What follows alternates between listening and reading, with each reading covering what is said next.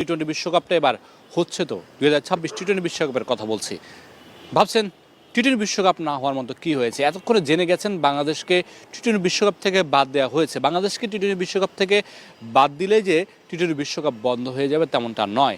বাংলাদেশকে টি-20 বিশ্বকাপ থেকে বাদ দিয়ে স্কটল্যান্ডকে স্থলাভিষিক্ত করা হয়েছে এবং সেভাবেই বাংলাদেশের গ্রুপে বাংলাদেশের জায়গায় স্কটল্যান্ডকে ধরেই পরিকল্পনা সাজানো হচ্ছে, সূচি সাজানো হচ্ছে, সেভাবেই বিশ্বকাপ হওয়ার কথা। তবে গণ্ডগোলটা আরেক জায়গায় হয়েছে, যেটার কারণে বিশ্বকাপটা না হওয়ার সম্ভাবনা জেগেছে। সেই গণ্ডগোলটা কি? পাকিস্তান ক্রিকেট বোর্ড তারা, আমরা বেশ কিছুদিন আগে থেকেই খেয়াল করছিলাম যে বাংলাদেশের পাশে দাঁড়াচ্ছিল, বাংলাদেশকে নিয়ে তারা বেশ ভালো ফাইট দিয়েছিল। আইসিসির যে ভোটিং হয়েছে সেই ভোটিংয়ে তারা একমাত্র দল যারা বাংলাদেশকে ভোট দিয়েছিল।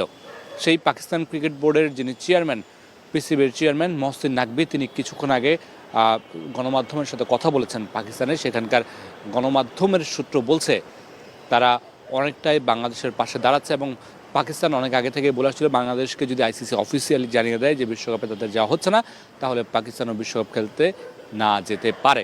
সেরকম একটা কথা আগে থেকেই ছিল। তবে ডিরেক্টলি এখনও পর্যন্ত পাকিস্তান ক্রিকেট বোর্ড কোনো সিদ্ধান্ত নেয়নি। তবে মহসিন নাকভি একটা জিনিস বলছেন, সেটা হচ্ছে যে যদি পাকিস্তান পাকিস্তান সরকার যদি বলে যে পাকিস্তান বিশ্বকাপ খেলতে যাবে না টি-20 বিশ্বকাপ, তাহলে পাকিস্তান এবারের বিশ্বকাপ খেলতে যাচ্ছে না। এবং সেই সাথে ভারতীয় ক্রিকেট বোর্ড এবং আইসিসি দুজনকে আলাদা করে এক হাত নিয়েছেন মহসিন নাকভি। তিনি আইসিসিকে বলেছেন যে ভারত এবং পাকিস্তানের মধ্যে যেই বৈরিতা ছিল, যেই সমস্যা তৈরি হয়েছিল, সেটার জন্য যদি হাইব্রিড মডেলে বিশ্বকাপ আয়োজন করা যায়, আলাদা ভেন্যুতে ম্যাচ আয়োজন করা যায়, তাহলে বাংলাদেশের জন্য কেন নয়? বাংলাদেশ যে নিরাপত্তা শঙ্কার কথা বলেছিল, সেটা তো একটা ভ্যালিড প্রস্তাব ছিল। সেটার জন্য আলাদা কোনো ভেন্যু কেন ম্যানেজ করা গেল না? এটা একটা দ্বিচারিতা। এবং সেই সাথে বিসিসিআইকে এক হাত নিয়েছেন। বিসিসিআইয়ের ব্যাপারে বলেছেন কোনো একটা বোর্ড বা কোনো একটা দেশ আইসিসির উপরে হস্তক্ষেপ করতে পারে না, এটা কখনোই করা উচিত নয়, এটা বেমানান। সব কিছু মিলে পরিস্থিতি ঘোলাটে হচ্ছে। পাকিস্তান শেষ পর্যন্ত কী সিদ্ধান্ত নেয়, তারা আসলে বিশ্বকাপ খেলতে যাবে কিনা সেটা এখনই বলা মুশকিল। তাদের সরকার থেকে হয়তোবা একদম কংক্রিট ফাইনাল সিদ্ধান্তটা আসবে, সেদিকে আসলে বাংলাদেশে তাকে থাকলে চলবে না। বাংলাদেশকে তাদের পরিকল্পনাটা নিয়ে আগাতে হবে। বাংলাদেশের বোর্ড মিটিংটা চলছে, বাংলাদেশ দল সেইখানে নানা বিষয় নিয়ে আলোচনা করছে।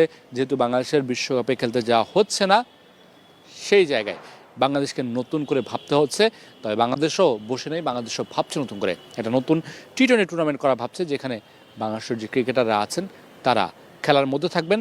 তাদের বিশ্বকাপে যেতে না পারায় যে ক্ষতিটা হয়েছে, আর্থিক ক্ষতিটা হয়েছে, সে আর্থিক ক্ষতি যতটা পুষিয়ে দেওয়া যায় সেটা বিবেচনা করেই এই টুর্নামেন্টের মডেলটা সাজানো হচ্ছে।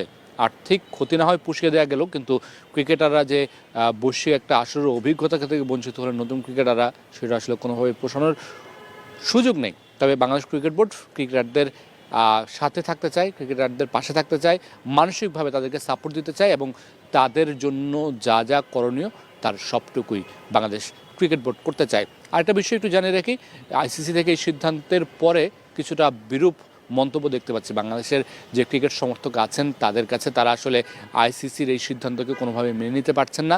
সেই সাথে বিসিসিআইকেও বাংলাদেশের ক্রিকেট সমর্থকরা এক হাতে নিয়েছেন। তারা বলছেন আইসিসি এবং বিসিসিআই তারা দুজন মিলেই বাংলাদেশকে টি-20 বিশ্বকাপ থেকে বাদ দিয়েছে। Mamunur Rashid, star news.